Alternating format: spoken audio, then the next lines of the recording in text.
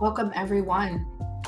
Welcome back. We're so excited to be with you today as we continue our fireside chat on domestic violence and mental health awareness and women issues. As mentioned earlier in our previous segment, we are dealing with women issues the entire month of October. October is dedicated to you, amazing, lovely woman. So we're excited about our guest today, Darlene Brooks Thomas. We're going to get started in just a few moments. If you are joining us from LinkedIn Live, from Facebook Live, or YouTube Live, we'd love for you to put that into the comment section. We'll shout you out. So tell us who you are, where you're from, so we can acknowledge you. And do us a favor, of course, as we always ask, and share this message out. When we share the message out, we can reach as many people as possible. And the algorithms on social media are quite bizarre. So we do need your support in sharing it out. So definitely share it out if you're of the mind to. We definitely appreciate that. We're going to give about 30 more seconds and we'll get started.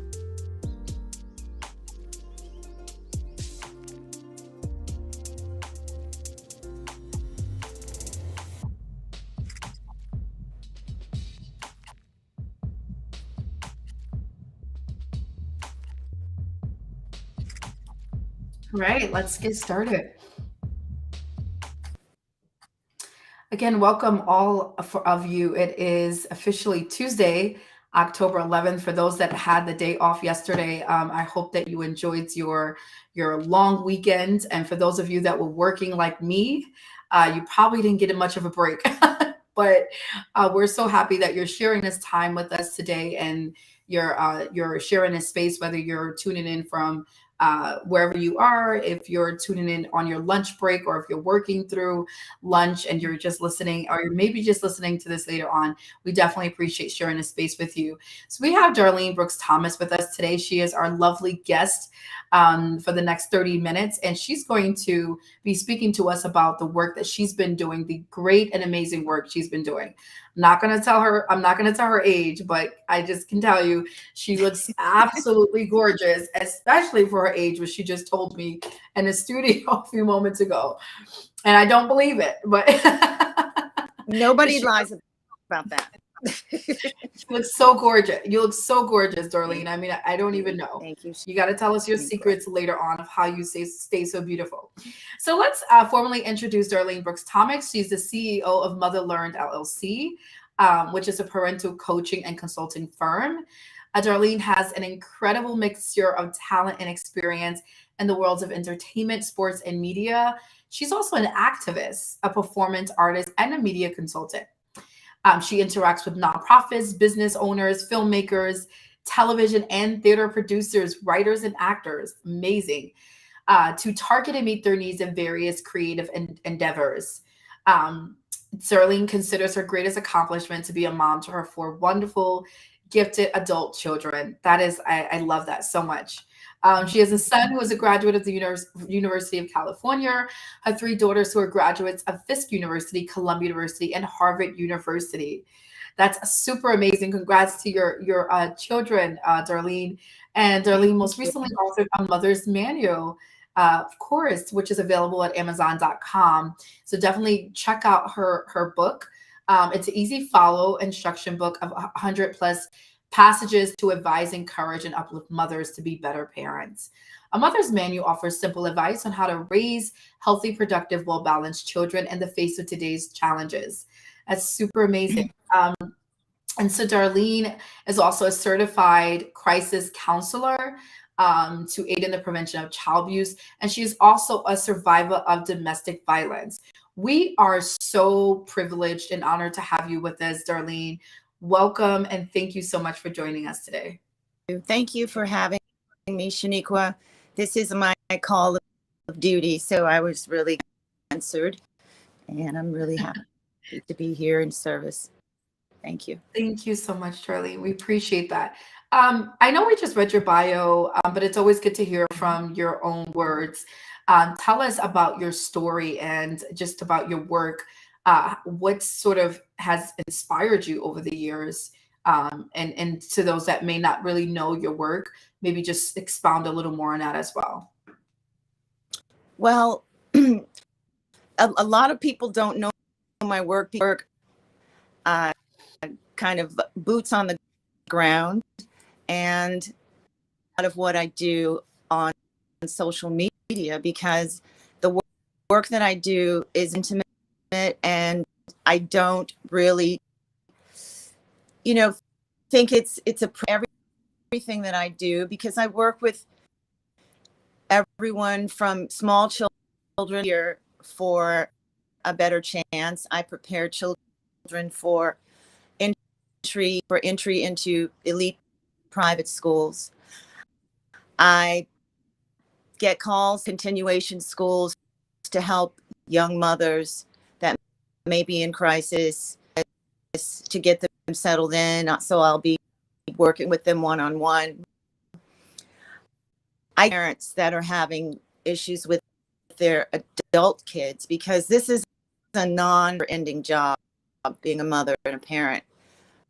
I've worked with grandmothers, just to help them understand things like technology and how to communicate, or if they're starting over and raising their grandchildren, giving them a lot of prisons, worked with young mothers on probation, on weekends, circle groups, and discussions. And my phone is always open, because a lot of people, and I get referrals.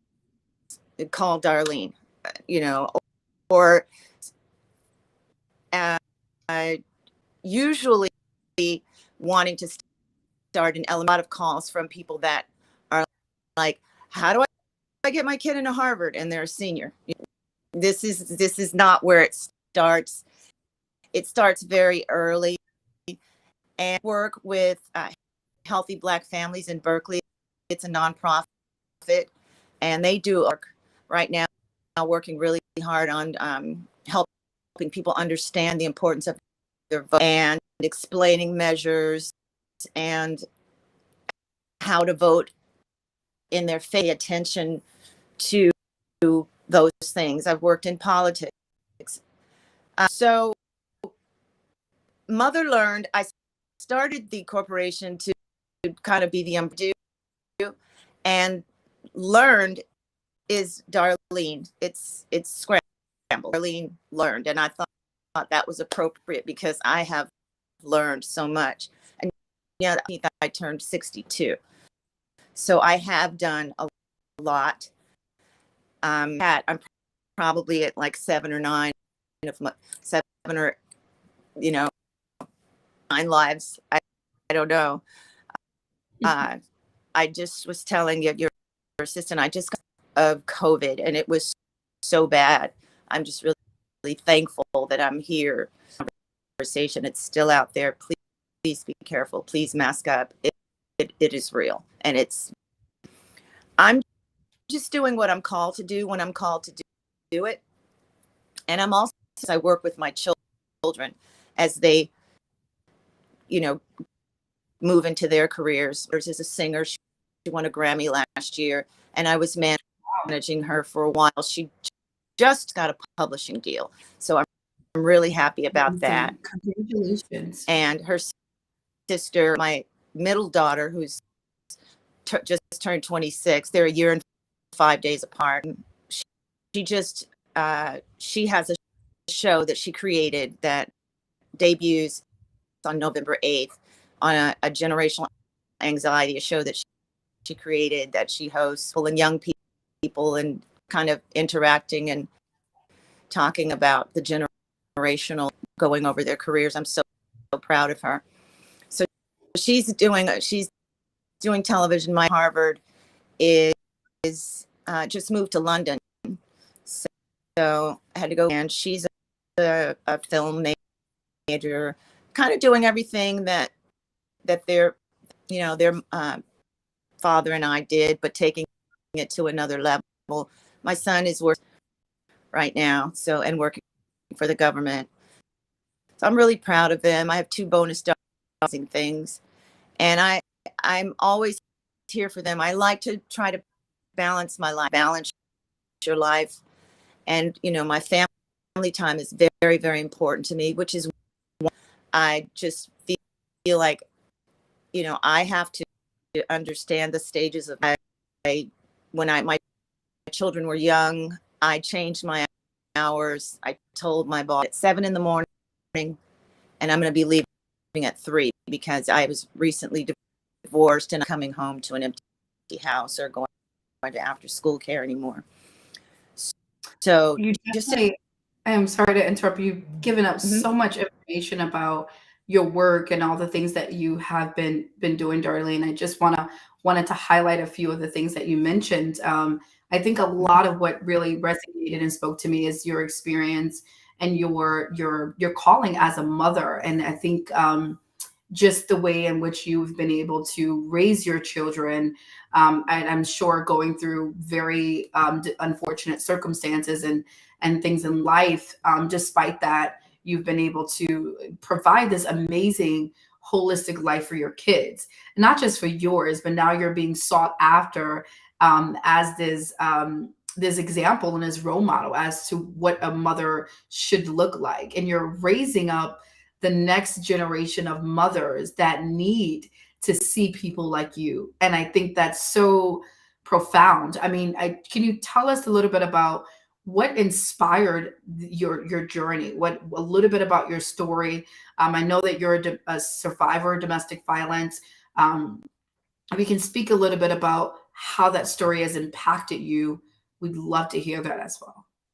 Well, it impacted me greatly. It changed everything.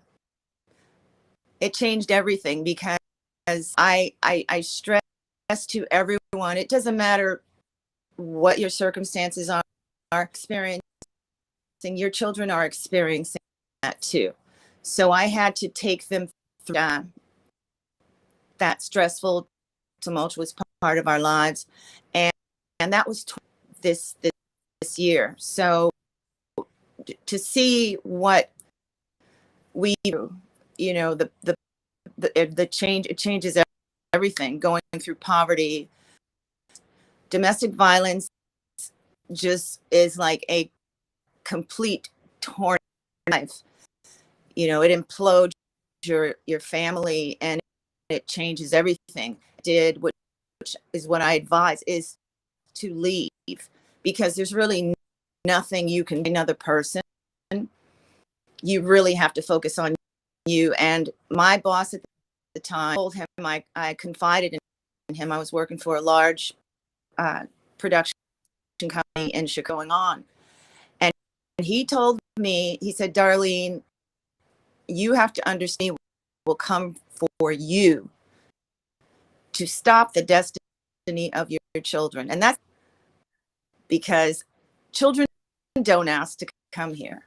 We have a choice. We did, to have children or not. And I just had the ability to see them through, to see who they were going to be, to see why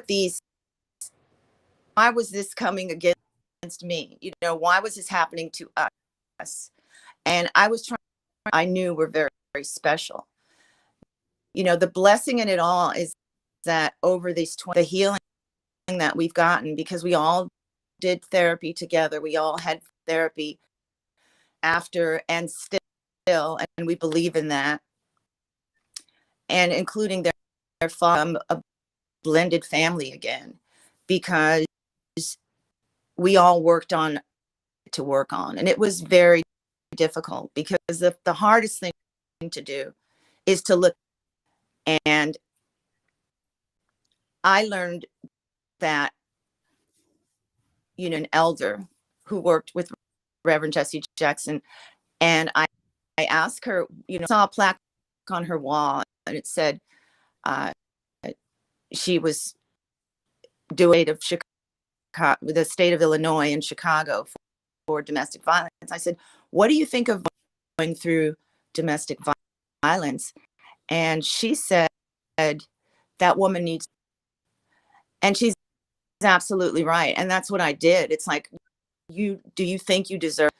Do you understand how dangerous this can be if you risk putting yourself a train, that you won't be here to raise your children, that you can't do what you're supposed to do?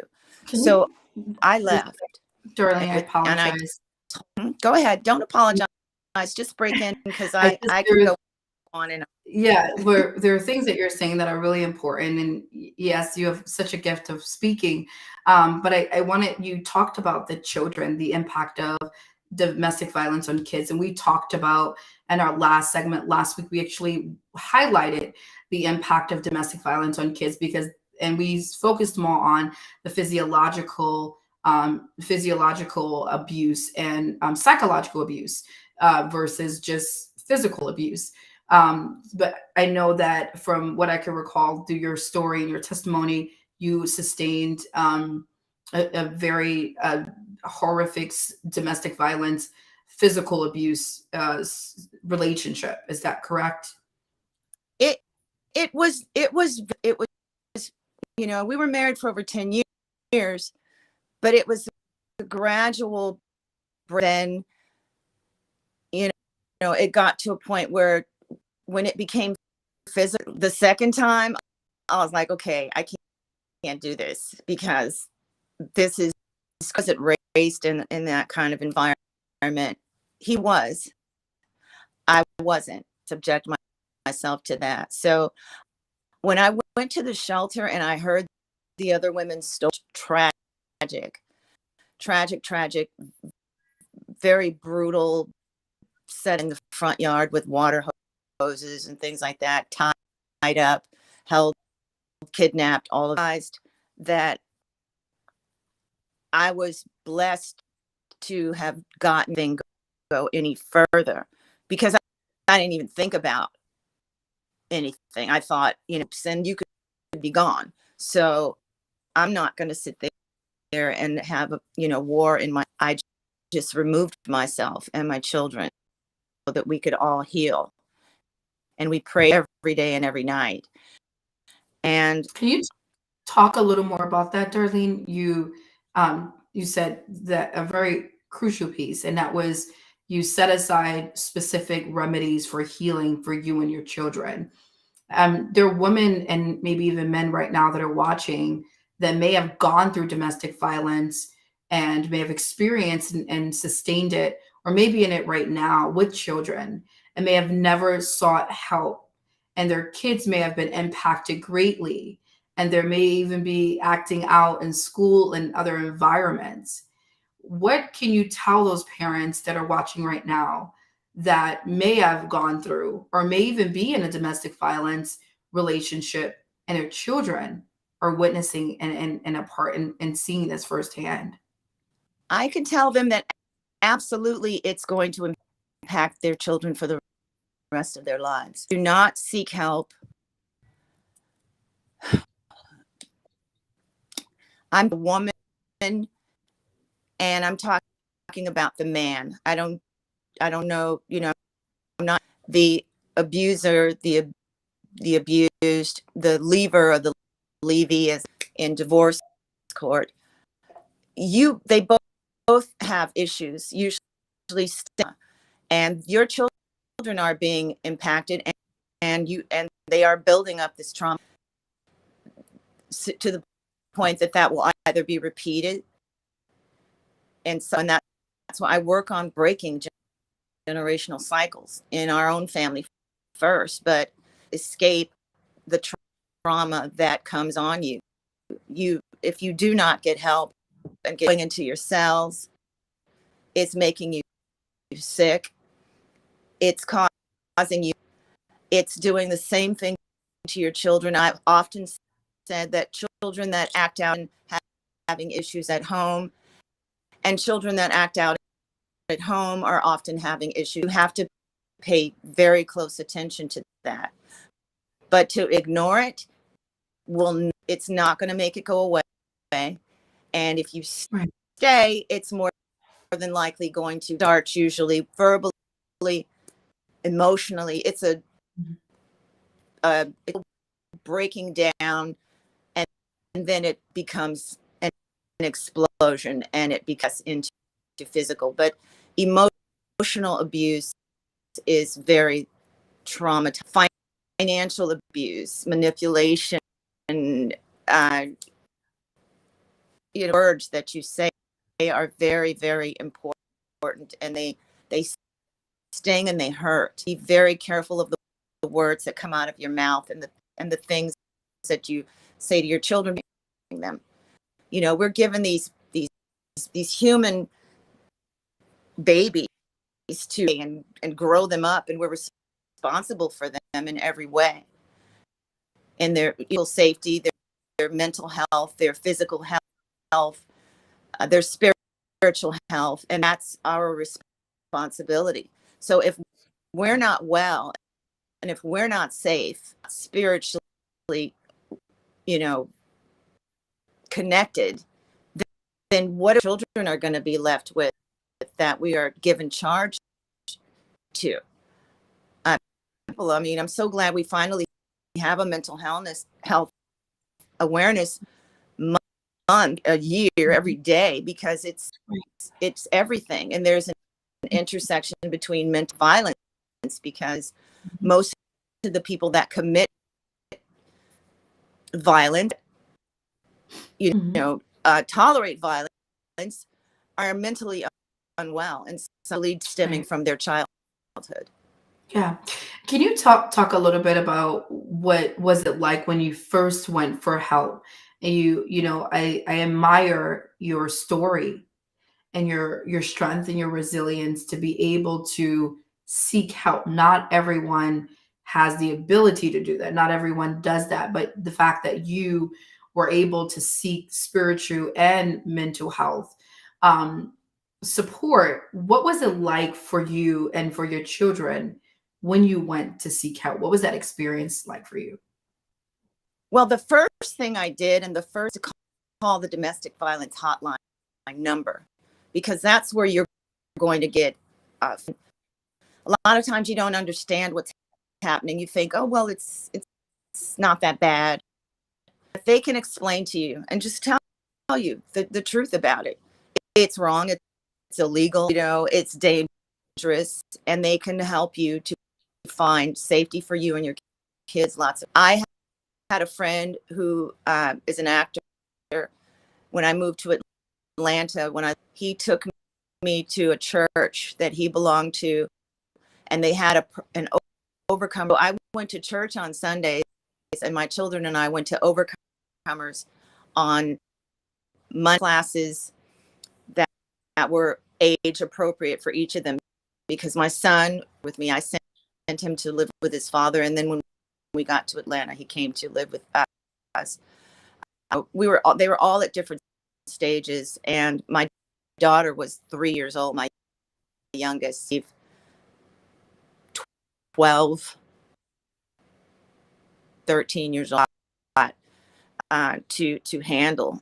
And I needed each of them to understand in their own that we were going to be okay. But I believe that the spiritual and the mental health counseling and overcomers was a definite package, and we needed. Church is not going to fix you. Church is not going to fix your mind. In fact, there's a lot of abuse, to keep it real. And I think you need spirit as well as your body when you go through that kind of trauma. And I did it for years. How many years were you and your children in counseling and the healing process?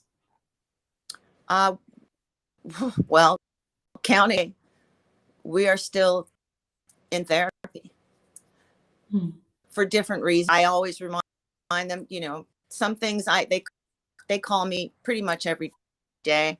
There's things that I can't handle. I tell them, talk to your therapist, because I'm not a therapist. My husband is a mental health clinician. He works with children, and he works with the schools.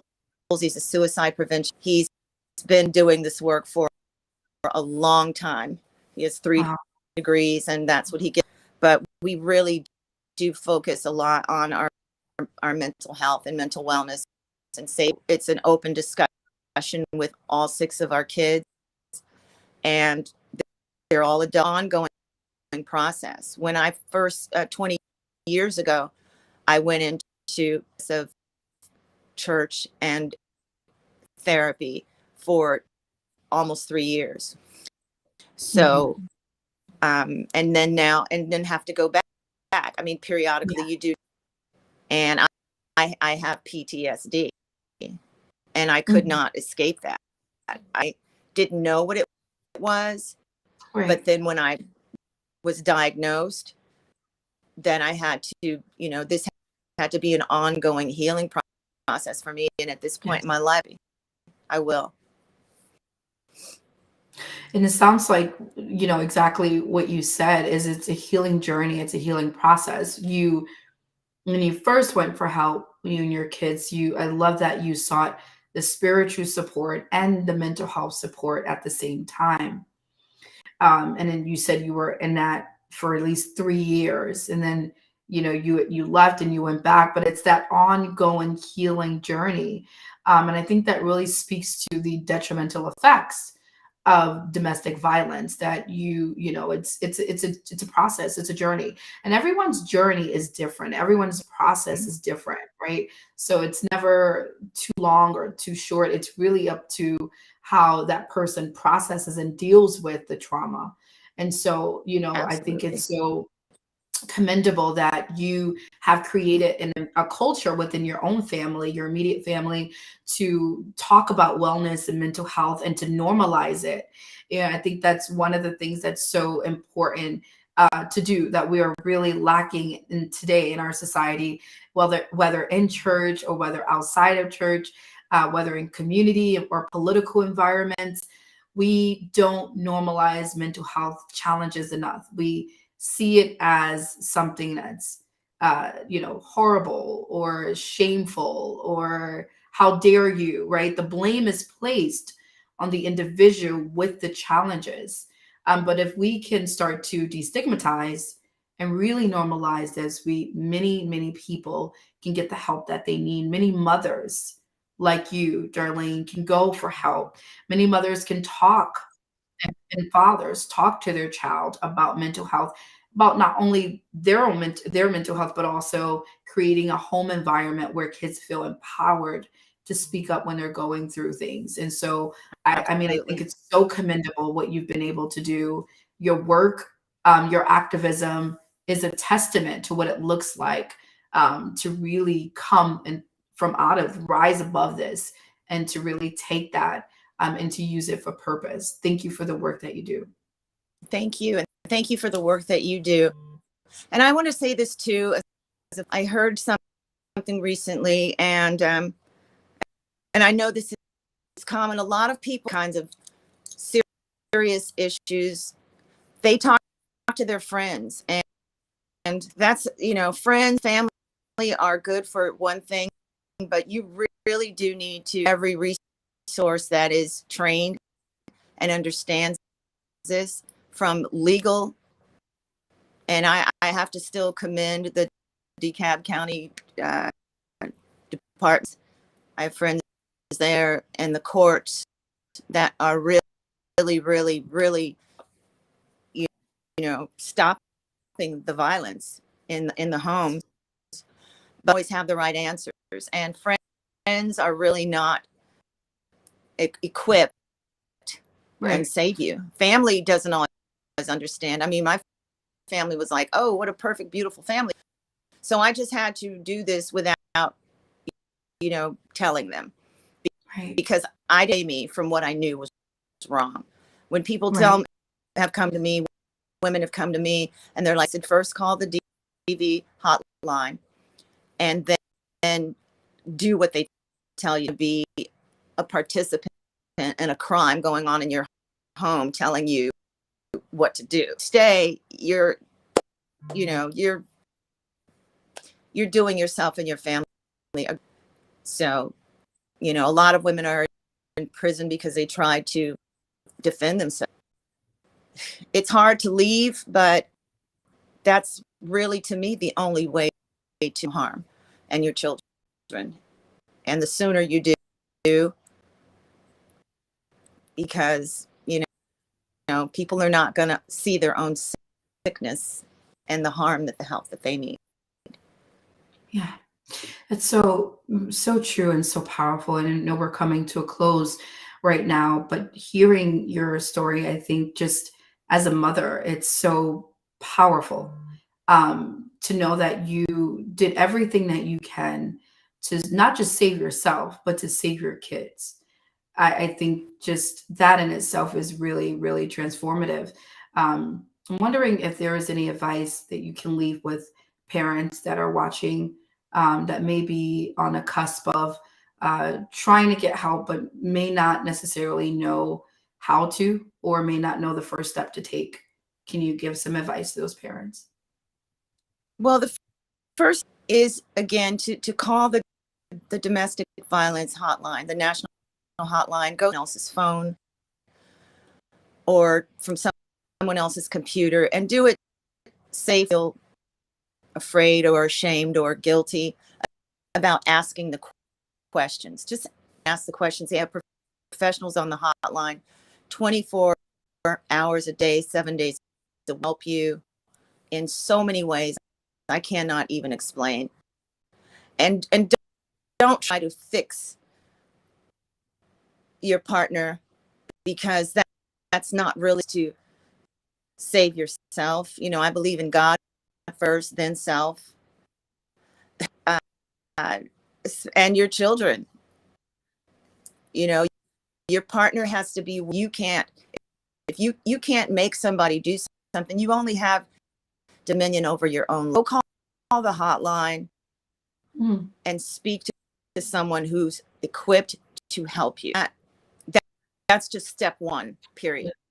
I don't have other steps. That's somewhere. That's excellent. And learn.